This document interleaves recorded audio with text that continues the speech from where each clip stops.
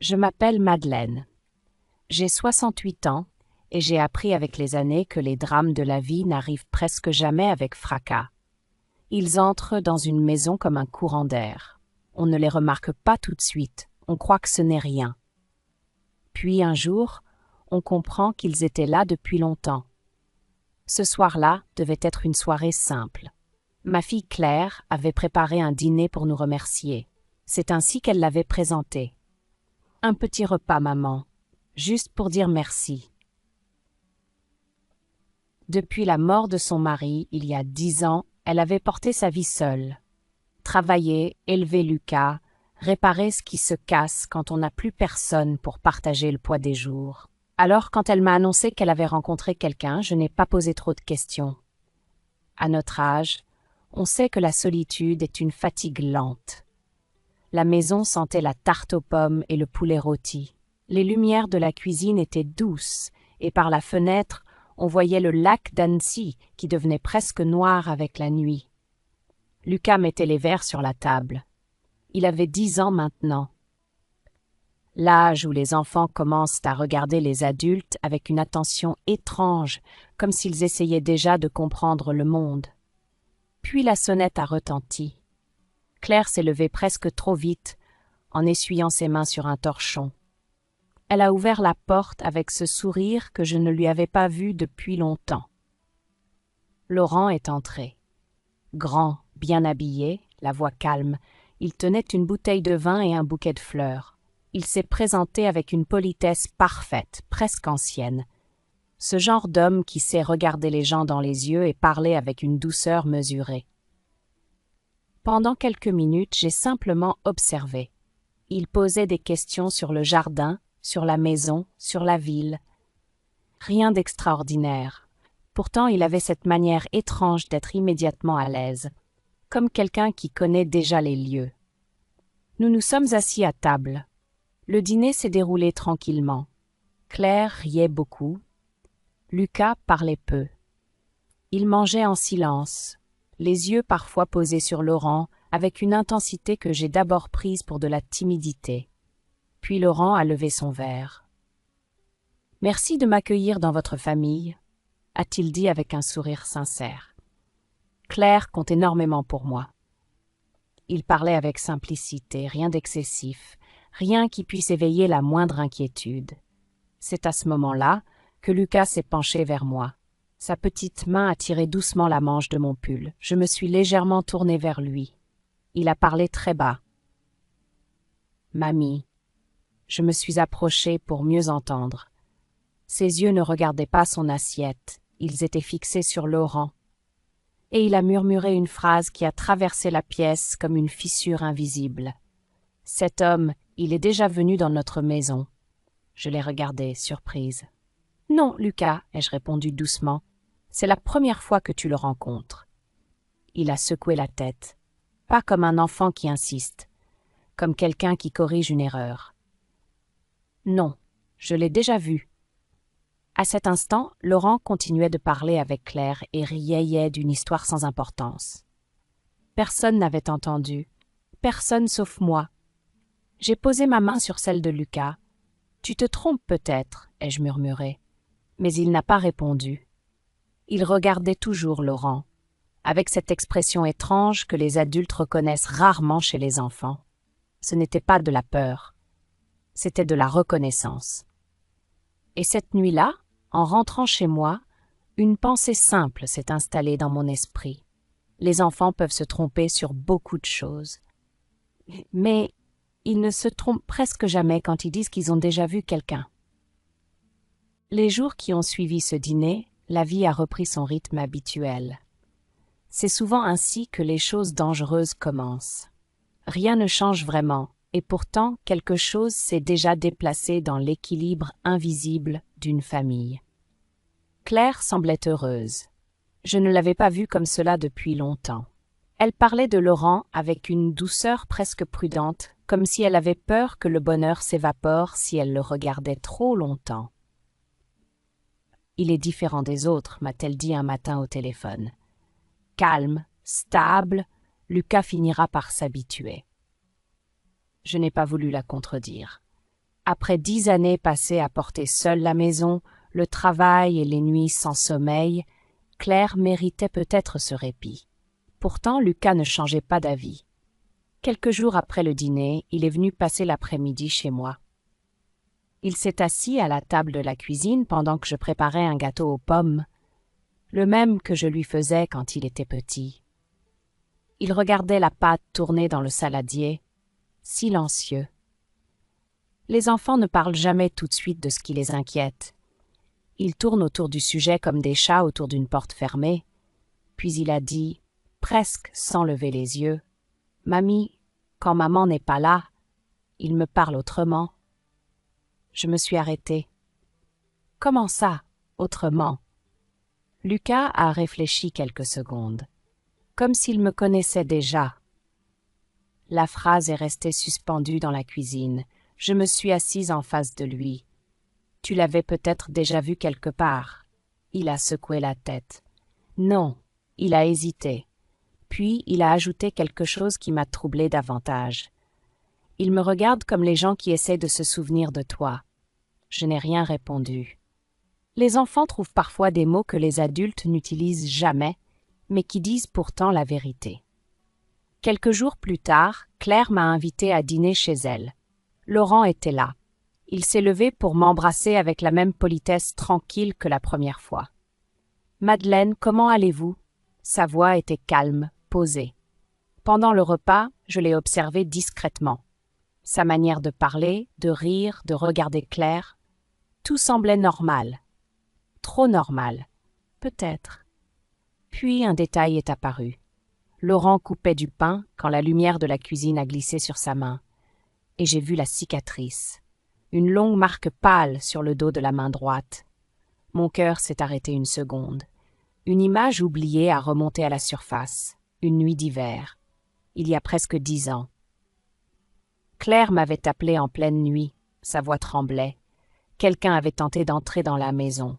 La fenêtre du salon avait été forcée. La police était venue. Ils avaient parlé d'un rôdeur. Rien n'avait été volé. Lucas était encore très petit à l'époque. Mais je me souvenais d'une chose. Le lendemain matin, pendant que les policiers examinaient la fenêtre, Lucas avait dit quelque chose. Une phrase que personne n'avait vraiment prise au sérieux. L'homme avait une cicatrice sur la main. À ce moment-là, dans la cuisine de Claire, Laurent continuait de parler tranquillement. Claire riait. Lucas, lui, ne riait pas. Il regardait la main de Laurent. Puis il a levé les yeux vers moi. Un regard bref, silencieux, comme s'il attendait que je comprenne enfin. Et pour la première fois depuis le dîner de remerciement, j'ai senti une inquiétude véritable se glisser dans mon esprit. Les souvenirs peuvent mentir, les coïncidences existent, mais certaines choses refusent de disparaître complètement. Cette cicatrice, le souvenir de Lucas, la présence de Laurent dans la vie de ma fille. Tout cela formait un fil très fin, presque invisible. Mais ce soir-là, en quittant la maison de Claire, j'ai compris une chose simple. Je devais tirer sur ce fil, même si je ne savais pas encore ce que j'allais découvrir au bout. Cette nuit-là, je n'ai presque pas dormi. À mon âge, le sommeil devient léger, fragile. Mais ce n'était pas seulement cela. Une pensée revenait sans cesse, comme une petite pierre dans la chaussure de la mémoire. La cicatrice. Je l'avais vue clairement. Une marque ancienne, fine mais longue, qui traversait la main de Laurent. Et plus je tentais de me convaincre que ce n'était rien, plus le souvenir de cette vieille nuit revenait avec précision. 10 ans plus tôt, Lucas avait à peine 4 ans. Claire m'avait appelé vers 2 heures du matin. Sa voix tremblait. Elle disait qu'un bruit avait réveillé la maison. Quelqu'un avait tenté d'ouvrir la fenêtre du salon. Le verrou avait cédé. Le cadre avait été légèrement forcé. Quand la lumière s'était allumée, la silhouette avait disparu dans le jardin. La police était venue. Ils avaient inspecté les lieux avec cette routine tranquille des agents qui savent déjà que l'affaire sera vite classée. Probablement quelqu'un qui cherchait une maison vide, avait-il dit. Rien n'avait été volé. Rien n'avait vraiment été cassé. Alors l'histoire s'était refermée doucement, comme beaucoup d'incidents qui n'ont pas de suite. Mais le lendemain matin, Lucas avait raconté quelque chose. Je m'en souvenais maintenant avec une précision presque douloureuse. Il était assis sur les marches de la cuisine, enveloppé dans une couverture.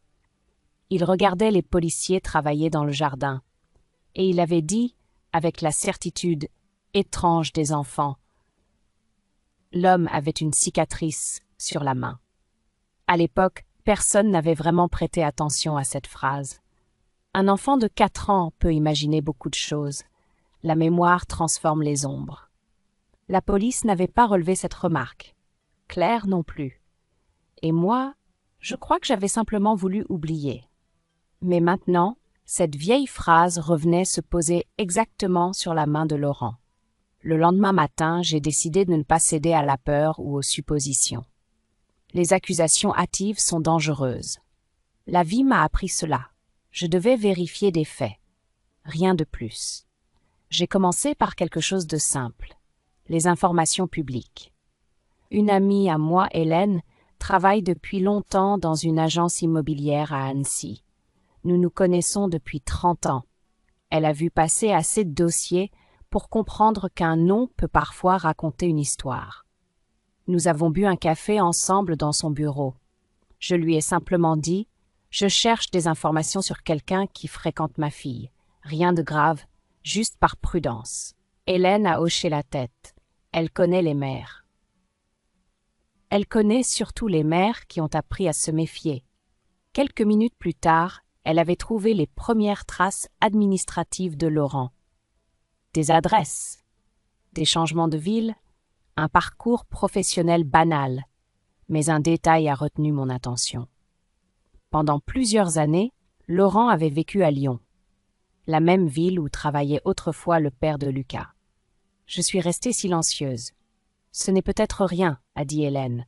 Elle avait raison. La France est grande, mais certaines professions se croisent souvent. Alors j'ai continué à regarder les informations disponibles.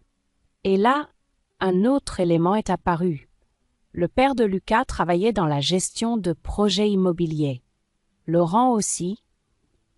Pas exactement dans la même entreprise, mais dans le même secteur, dans la même ville, à la même période. Ce n'était pas encore une preuve, juste une intersection de trajectoire. Pourtant, en quittant le bureau d'Hélène ce jour-là, j'ai senti que le fil dont je parlais quelques jours plus tôt venait de se tendre un peu plus. Et parfois dans la vie, un simple fil suffit à révéler toute une toile. Le soir même, Claire m'a appelée. Sa voix était douce, presque légère.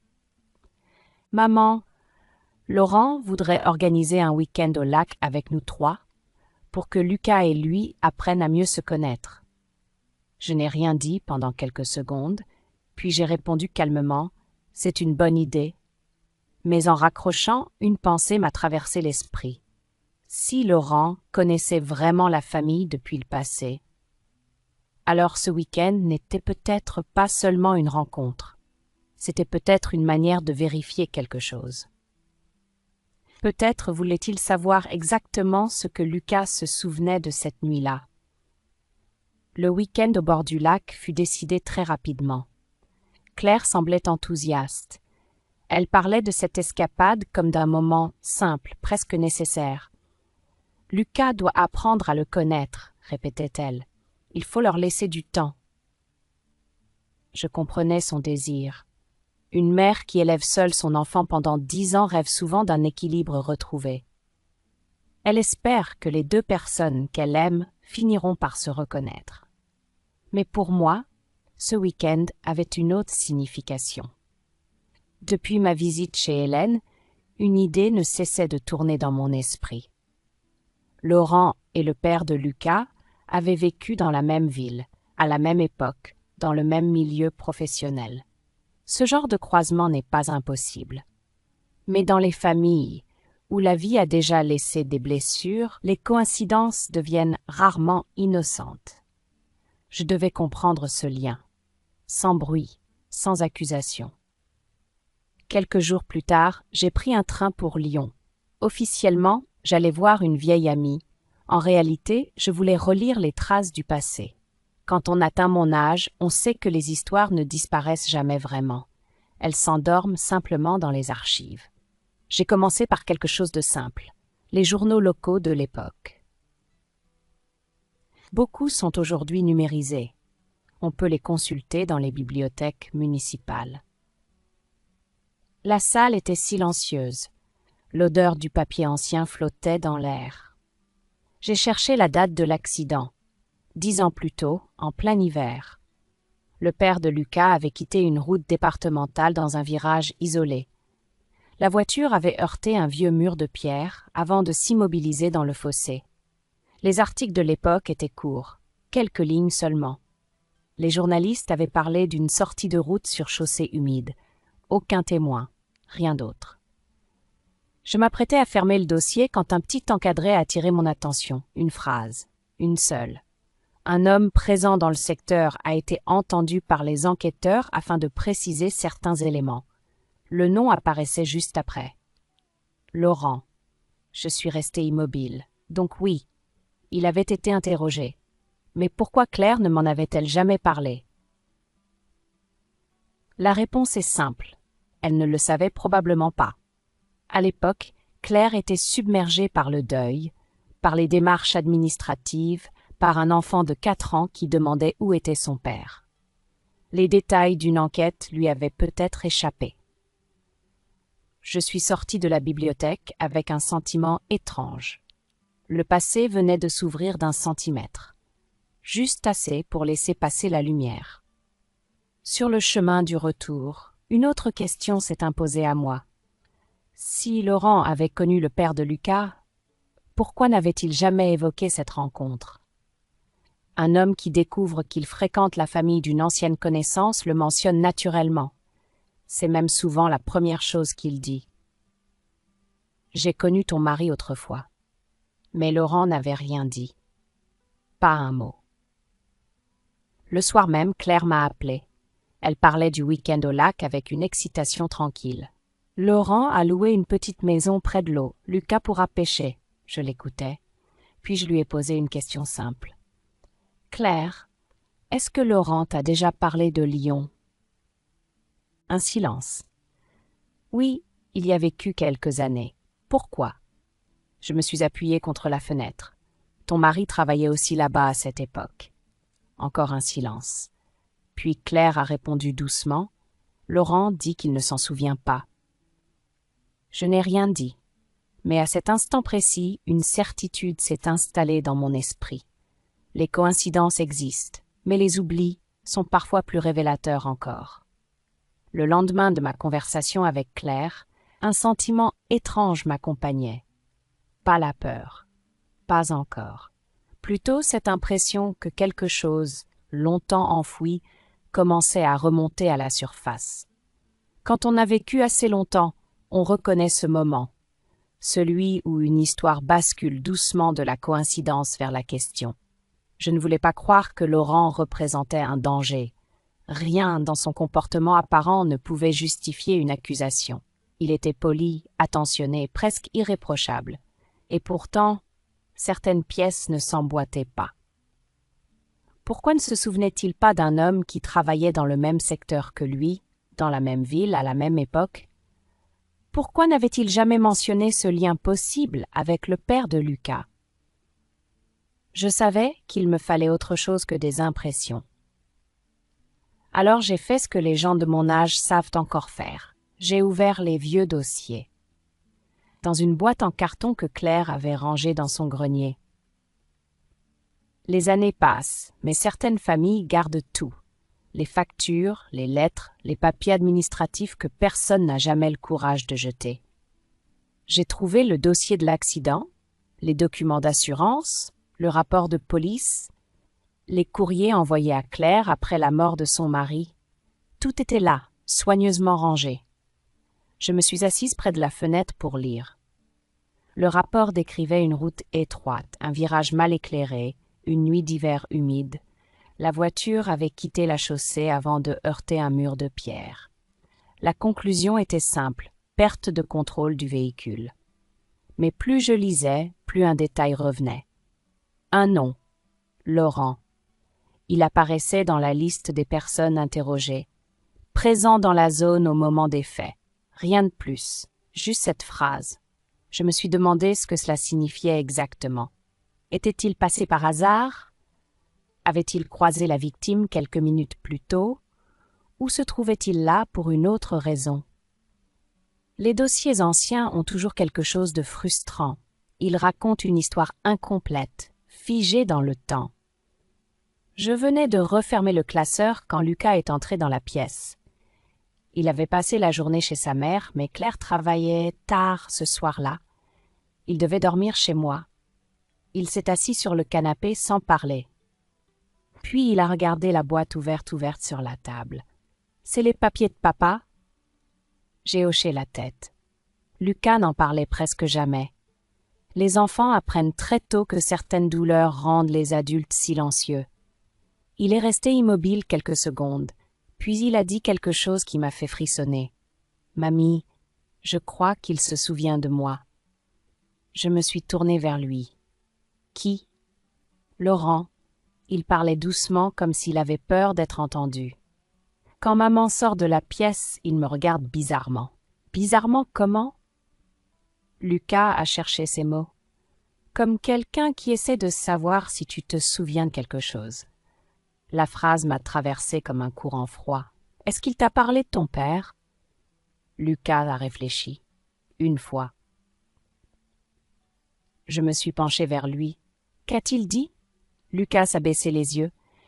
Il a dit que certaines nuits d'hiver sont dangereuses sur les routes près du lac, surtout quand il y a un vieux mur de pierre dans un virage. Je suis restée immobile, parce que ce détail précis n'apparaissait dans aucun article de presse. Il figurait seulement dans le rapport technique de l'accident. Et soudain, pour la première fois depuis le dîner de remerciement, une idée terrible a pris forme dans mon esprit. Si Laurent connaissait ce mur, alors il n'avait peut-être pas seulement été interrogé comme témoin, il avait peut-être vu l'accident. Ou pire, il était peut-être présent quand tout s'était produit. Cette nuit-là, après que Lucas s'est endormi dans la petite chambre au bout du couloir, je suis restée longtemps assise dans la cuisine. La maison était silencieuse, seulement traversée par le bruit régulier de l'horloge murale. Je repensais à la phrase de Lucas, le vieux mur de pierre, un détail précis, trop précis. Dans les journaux de l'époque, il n'était question que d'une sortie de route, rien de plus. Les articles étaient brefs, presque impersonnels. La mort d'un homme dans un virage de campagne n'était qu'une ligne de plus dans la rubrique des faits divers. Pour connaître ce mur, il fallait avoir vu la route, ou avoir lu le rapport de l'accident. Je ne voulais toujours pas croire à la pire hypothèse. La vie m'a appris que les soupçons peuvent devenir injustes lorsqu'ils sont nourris par la peur. Mais je savais une chose, je devais avancer avec prudence. Le lendemain matin, Claire est venue chercher Lucas. Elle semblait fatiguée mais heureuse. Laurent avait passé la soirée précédente avec eux, avait cuisiné un dîner simple et aidé Lucas à préparer un exposé pour l'école. « Tu vois, maman, » m'a-t-elle dit avec un sourire rassuré. Lucas commence à s'habituer. Je n'ai rien répondu tout de suite. Puis j'ai posé une question, comme on pose un caillou dans l'eau pour voir les cercles se former. « Claire, est-ce que Laurent parle souvent de ton mari ?» Elle a froncé les sourcils. « Non. Pourquoi ferait-il ça ?» Il travaillait à Lyon à la même époque. Elle a réfléchi. « Oui. Il m'a dit qu'il avait vécu là-bas quelques années, mais il ne se souvient pas d'avoir connu Marc. » Marc. Entendre encore le prénom du père de Lucas m'a serré le cœur. 10 ans, et pourtant le souvenir restait aussi vif qu'un objet posé sur la table. « Il ne s'en souvient pas du tout ?» ai-je demandé. Claire a secoué la tête. « Non, et puis Lyon est une grande ville. Ils ont pu travailler dans le même secteur sans jamais se rencontrer. C'était possible. Bien sûr que c'était possible. Mais quelque chose continuait de me déranger. » Claire a posé son sac sur la table et a soupiré légèrement. « Tu sais, Laurent s'inquiète un peu pour Lucas. » Je me suis raidie. « Pourquoi ?» Il pense que Lucas est encore très marqué par la mort de son père. Parfois il dit des choses étranges, comme s'il mélangeait des souvenirs. Je n'ai rien dit.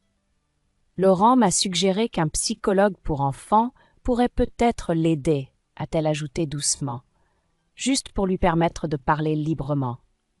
La phrase était dite avec bienveillance. Mais derrière cette bienveillance, j'ai soudain aperçu autre chose. Si Lucas était considéré comme fragile, si l'on expliquait ses paroles par l'imagination d'un enfant traumatisé, alors ce qu'il racontait ne serait plus pris au sérieux. Pas par Claire, pas par les autres. Je suis restée silencieuse quelques secondes. Puis j'ai répondu calmement « Peut-être. Mais Lucas n'a jamais été un enfant qui invente des histoires. » Claire a hoché la tête, un peu hésitante. Laurent dit qu'il veut simplement nous aider. Bien sûr. C'est souvent ainsi que commencent les manipulations les plus discrètes. Pas par des menaces, par des inquiétudes. Quand Claire et Lucas sont partis, je suis restée seule dans la maison. J'ai regardé la boîte contenant les dossiers de l'accident posés sur la table. Puis j'ai pensé à quelque chose que Claire avait mentionné quelques semaines plus tôt. Après une série de cambriolages dans leur quartier, elle avait installé un petit système de sécurité dans le salon. Une caméra simple, visible. Rien d'exceptionnel, mais cette caméra enregistrait parfois des moments de la vie quotidienne, des conversations ordinaires.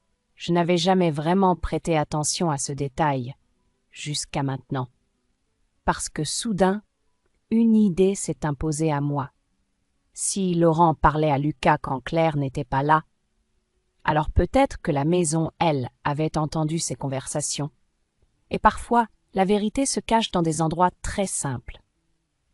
Dans une phrase prononcée trop librement ou dans un souvenir qu'une caméra a enregistré sans que personne n'y prête attention. Quelques jours plus tard, Claire m'a demandé de passer chez elle dans l'après-midi.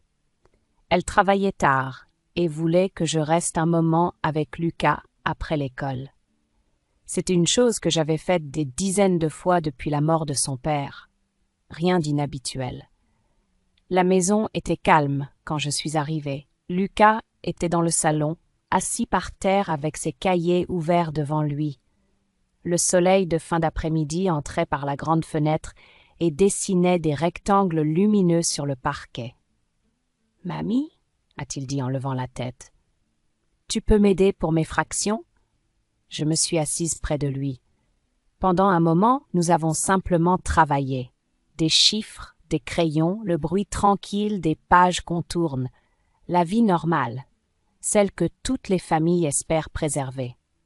Laurent est arrivé un peu plus tard. Il a ouvert la porte avec son aisance habituelle, saluant Lucas et moi avec la même courtoisie tranquille. « Bonjour Madeleine. » Il s'est servi un verre d'eau dans la cuisine, puis est venu s'asseoir dans le salon. Rien, dans ses gestes, ne trahissait la moindre nervosité. Je l'observais discrètement. À plusieurs reprises, son regard s'est posé sur Lucas avec une intensité difficile à définir. Pas de la dureté. Pas exactement de la tendresse non plus. Plutôt l'attention prudente d'un homme qui surveille une réaction. Au bout d'un moment, j'ai dit que j'allais préparer du thé dans la cuisine. Lucas est resté dans le salon avec Laurent. Je n'ai pas fermé complètement la porte. Pas pour écouter. Simplement parce que les portes restent souvent entr'ouvertes dans les maisons familiales. Leur conversation est arrivée jusqu'à moi par fragments. La voix de Laurent était calme. « Tu aimes toujours regarder les bateaux sur le lac ?» Lucas a répondu quelque chose que je n'ai pas bien entendu. Puis Laurent a ajouté « Ton père aimait beaucoup cette route aussi, celle qui passe près du vieux mur de pierre. » Je me suis figée. Lucas n'a pas répondu immédiatement. Le silence dans le salon a duré quelques secondes.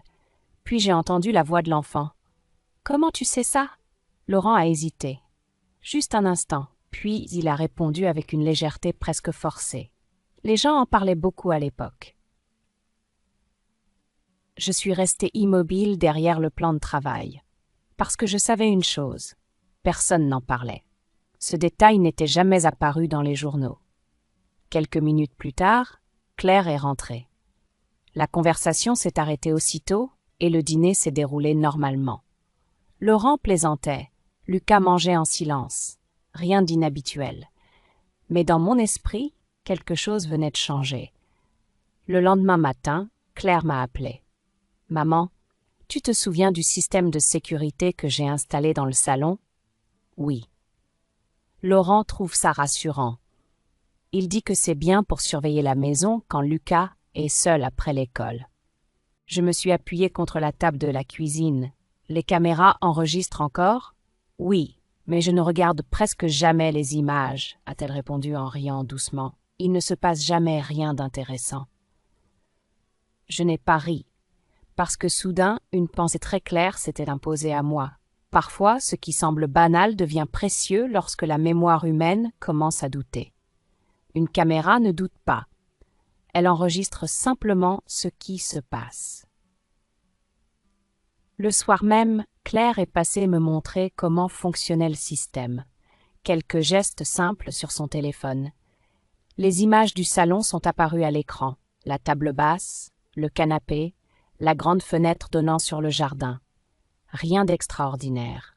Puis Claire a fait défiler les enregistrements des jours précédents, et à un moment précis, l'image s'est arrêtée. On voyait Laurent assis dans le salon.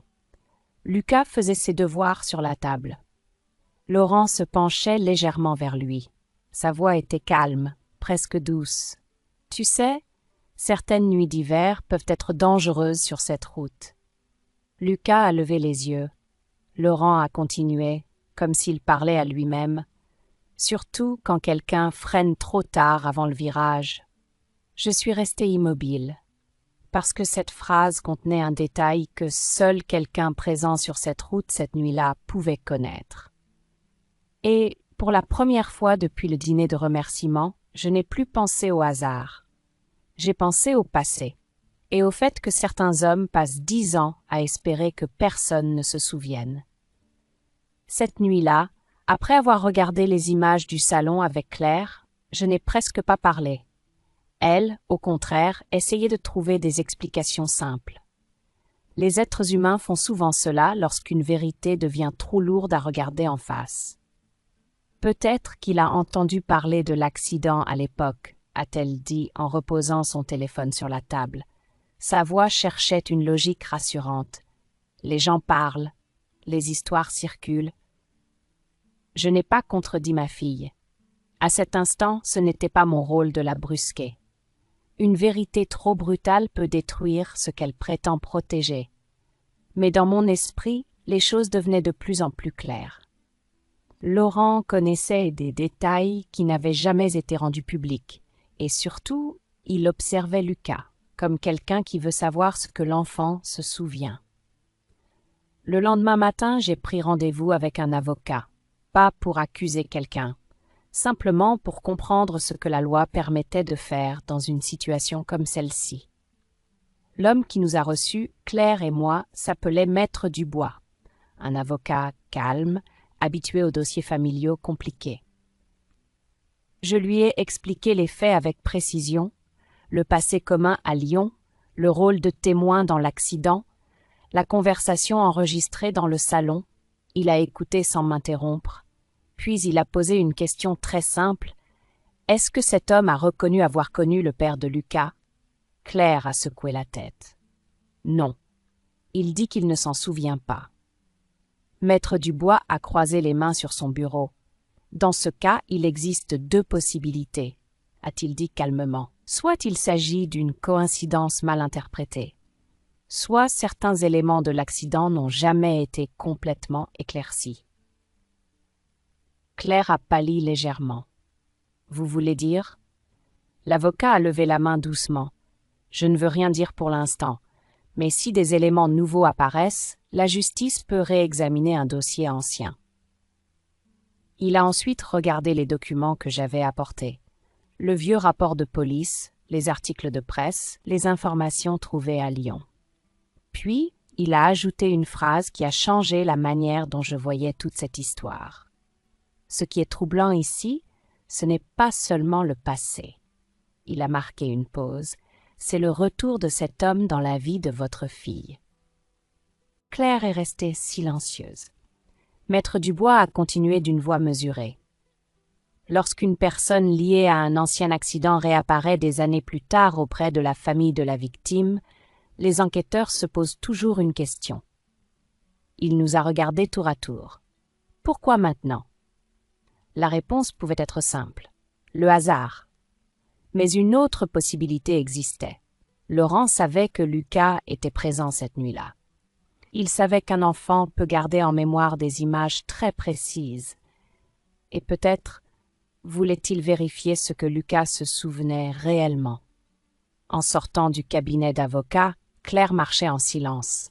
Le lac brillait sous le soleil de l'après-midi. Les bateaux glissaient doucement sur l'eau, comme si le monde continuait sans se soucier de nos inquiétudes. Claire s'est arrêtée soudain.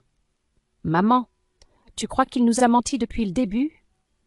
Je n'ai pas répondu tout de suite, parce que parfois la question la plus importante n'est pas de savoir si quelqu'un ment, mais pourquoi il ment. Je me suis tournée vers elle. « Je crois seulement une chose, » ai-je dit doucement. « Laurent n'est pas revenu dans ta vie par hasard. » Et pour la première fois depuis 10 ans, l'accident qui avait brisé notre famille cessait d'être un souvenir. Il redevenait une histoire. Une histoire que quelqu'un avait peut-être espéré voir disparaître pour toujours. Les jours qui ont suivi notre rencontre avec Maître Dubois ont été étrangement calmes. La vie continuait comme toujours. Claire travaillait, Lucas allait à l'école, le lac d'Annecy brillait sous le soleil de juin comme si rien n'avait changé. Mais dans l'ombre de cette tranquillité, quelque chose s'était mis en mouvement. Maître Dubois avait transmis les éléments dont nous disposions aux autorités compétentes. Rien de spectaculaire, rien de dramatique. Juste un signalement accompagné de documents. Le rapport ancien de l'accident, les archives retrouvées à Lyon, et surtout cette étrange conversation enregistrée dans le salon. La justice en France avance lentement, mais elle écoute. Pendant ce temps, Laurent continuait de venir chez Claire. Il était toujours aussi calme, toujours aussi attentif. À première vue, rien n'avait changé dans son attitude. Pourtant, je remarquais parfois de brèves inquiétudes dans son regard, comme si quelque chose lui échappait. Un soir, je suis venue dîner chez Claire. L'atmosphère était paisible. Laurent parlait d'un projet de rénovation dans un immeuble ancien. Claire riait. Lucas mangeait en silence. Puis Laurent a posé une question. Une question simple, presque anodine. « Lucas, tu te souviens encore de la maison où tu vivais quand tu étais petit ?» L'enfant a levé les yeux. « Oui. » Laurent a poursuivi doucement. « Tu te souviens de la nuit où quelqu'un a essayé d'entrer ?» Claire a immédiatement relevé la tête. « Laurent, pourquoi tu parles de ça ?» Il a souri. Lucas m'en avait parlé une fois. Je regardais attentivement son visage. Lucas, lui, ne souriait pas. « Je me souviens, » a-t-il dit. Un silence s'est installé autour de la table. Laurent a pris une gorgée d'eau avant d'ajouter « Les souvenirs d'enfance peuvent être trompeurs. Parfois, on mélange des choses qu'on a imaginées avec ce qui s'est vraiment passé. » La phrase était dite avec douceur, mais derrière cette douceur, j'entendais autre chose. Une tentative, une manière subtile d'affaiblir la mémoire d'un enfant. Lucas a baissé les yeux vers son assiette. Je connaissais ce regard. C'était celui qu'il avait quand il essayait de comprendre quelque chose qui le dépassait. Après le dîner, Laurent est parti un peu plus tôt que d'habitude. Il disait devoir travailler tôt le lendemain. Claire a commencé à ranger la cuisine pendant que Lucas montait dans sa chambre. Je l'ai aidé en silence. Puis Claire a murmuré « Il est étrange ce soir. » Je l'ai regardé. « Qui ?» Laurent. Elle a essuyé ses mains sur un torchon. J'ai l'impression qu'il observe Lucas tout le temps, comme s'il cherchait quelque chose. Je n'ai rien répondu, parce que cette impression, je l'avais eue dès le premier soir.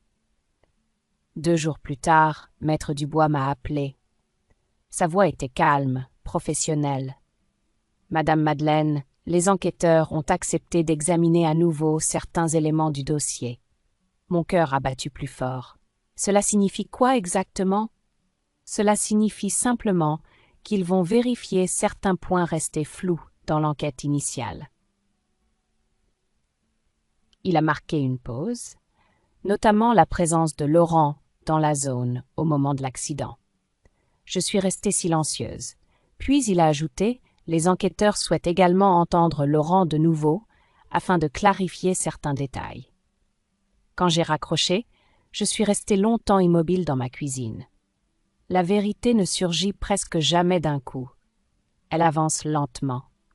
Mais ce jour-là, pour la première fois depuis 10 ans, l'accident qui avait emporté le père de Lucas cessait d'être une histoire fermée. Quelqu'un allait enfin poser des questions. Et peut-être obtenir des réponses que Laurent avait espéré ne jamais avoir à donner. Les semaines qui ont suivi ont été les plus longues que j'ai connues depuis la mort du père de Lucas. Rien ne semblait bouger. Et pourtant, tout avait changé. Laurent continuait de venir chez Claire, mais quelque chose dans son attitude était devenu plus prudent. Il parlait toujours avec douceur, mais ses silences étaient plus fréquents.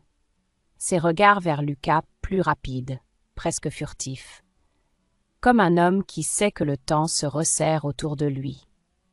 Un matin, Claire m'a appelé très tôt. Sa voix tremblait légèrement.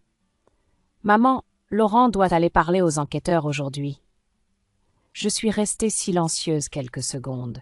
« Ils veulent simplement éclaircir certains détails de l'accident, » a-t-elle ajouté, comme pour se convaincre elle-même.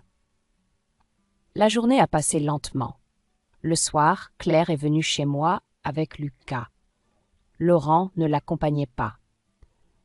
Elle s'est assise à la table de la cuisine, exactement à la place où tant d'années auparavant elle avait signé les papiers de l'assurance après la mort de son mari. Le même silence lourd emplissait la pièce. Les enquêteurs lui ont posé beaucoup de questions, a-t-elle dit doucement. Et Claire a regardé ses mains. « Il connaissait papa, » a murmuré Lucas. Je me suis tournée vers lui. « Qu'est-ce que tu veux dire ?» Lucas parlait calmement avec cette lucidité étrange que les enfants possèdent parfois. « Laurent m'a dit qu'il s'était disputé une fois. » Claire a levé les yeux vers moi. « Il l'a reconnue aujourd'hui. Elle respirait difficilement. Il travaillait sur un projet immobilier à Lyon et il s'était disputé à propos d'un contrat. » La pièce semblait soudain plus froide. Claire a poursuivi. « Le soir de l'accident, Laurent roulait derrière lui. » Je n'ai rien dit. « Il dit qu'il n'a jamais causé l'accident, » a-t-elle ajouté rapidement. « Mais il reconnaît maintenant qu'il était là. » La route était étroite, la nuit sombre, une voiture qui freine trop tard dans un virage. Parfois, un drame naît simplement d'une seconde de colère ou d'un moment d'imprudence. Les enquêteurs allaient continuer leur travail. Les responsabilités exactes prendraient du temps à être établies. Mais une chose était déjà certaine. Laurent n'était pas revenu dans la vie de Claire par hasard. Il savait que Lucas avait été présent cette nuit-là. Il savait qu'un enfant peut garder une image en mémoire pendant des années. Et il avait voulu savoir si cet enfant se souvenait encore. Claire est restée longtemps dans ma cuisine ce soir-là. Elle regardait la table comme si une partie de sa vie venait de se fissurer sous ses yeux. « Je croyais recommencer une nouvelle histoire, » a-t-elle murmuré. Je lui ai pris la main. Parfois, les anciennes histoires reviennent avant que les nouvelles puissent commencer. Lucas, lui, jouait dans le jardin. Je l'ai observé à travers la fenêtre. Le vent faisait bouger les branches du vieux pommier, et je me suis dit quelque chose que toutes les grand-mères comprennent un jour. Les enfants voient souvent la vérité bien avant nous, parce qu'ils regardent le monde sans les excuses que les adultes inventent pour protéger leur tranquillité. Ce soir-là, en refermant la porte derrière Claire et Lucas, j'ai pensé à la première phrase que mon petit-fils m'avait chuchotée pendant ce dîner. « Mamie, cet homme est déjà venu dans notre maison. Il n'avait pas accusé. Il n'avait pas expliqué. il avait simplement reconnu un visage. Et parfois, la mémoire d'un enfant suffit à empêcher une famille entière de marcher à nouveau vers un mensonge. Quand je repense à toute cette histoire aujourd'hui, je comprends quelque chose que l'âge nous apprend lentement. Dans les familles, les grandes catastrophes ne commencent presque jamais par un cri. Elles commencent souvent par un détail que l'on choisit d'ignorer. Une impression. Une phrase étrange. Un regard qui dure une seconde de trop. Et parfois, ce détail vient d'un enfant. Les adultes ont tendance à expliquer, à justifier, à arranger la réalité pour qu'elle reste confortable. Les enfants, eux, n'ont pas encore appris cette habitude. Ils regardent simplement ce qu'ils voient. Lucas n'a jamais accusé Laurent. Il n'a jamais essayé de convaincre qui que ce soit. Il a seulement dit ce qu'il savait au fond de lui. Je l'ai déjà vu.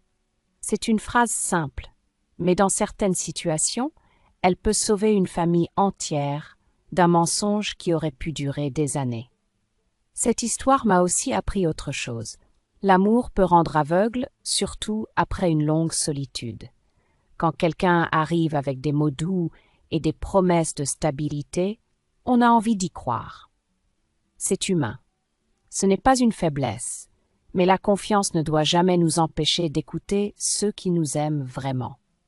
Dans notre famille, la vérité n'est pas apparue grâce à la colère, ni grâce aux accusations. Elle est apparue parce que nous avons pris le temps d'observer, de vérifier et de rester prudents. Parfois, protéger ceux qu'on aime signifie simplement poser des questions. Alors aujourd'hui, j'aimerais vous poser une question. Avez-vous déjà vécu un moment où un enfant, un fils, une petite fille, un neveu, a vu quelque chose que les adultes autour de lui n'avaient pas remarqué? Avez-vous déjà senti qu'un détail, une intuition, une petite phrase avait changé votre manière de voir une personne ou une situation? Si c'est le cas, je vous invite à partager votre histoire. Les histoires de vie sont précieuses. Elles nous rappellent que derrière chaque famille se cachent des moments de doute, de courage et parfois de vérité inattendue. Et peut-être que votre récit, comme celui de Lucas, aidera quelqu'un d'autre à ouvrir les yeux au bon moment.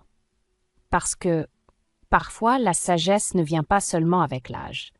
Elle peut aussi venir de la voix d'un enfant qui ose simplement dire ce qu'il voit. The sun reflecting off the car outside the window. A flat in London town? Oh my god, are you moving in on your own? Just the vibe in Copenhagen? Nice. I want to go away for the weekend. I fear my plans for the weekend are going to fall through and I'm really sad. I was really excited about them and I feel like that the person is going to flake on me. Which makes me really sad. Going to the... choked. Going to the record store day stuff in Liverpool. There's loads of... Oh my god, did Han bring... I forgot that Han brought you here, Kate. I'm so glad that you're here. I need to lie down, my friend. I fear I need a lie. I haven't got the end of that. Oh my god. I'm not caffeinated yet, guys. In Liverpool this weekend, well, it's National Record Store Day this weekend on Saturday. So there's lots of events happening in Liverpool for Record Store Day, lots of live music. And the plan was to go watch live music and drink pints. But I fear I'm going to be flaked on. So I either find someone else to make the plans with. Liverpool. Oh, it's a dress. You're the second person to point that one out of late, actually. So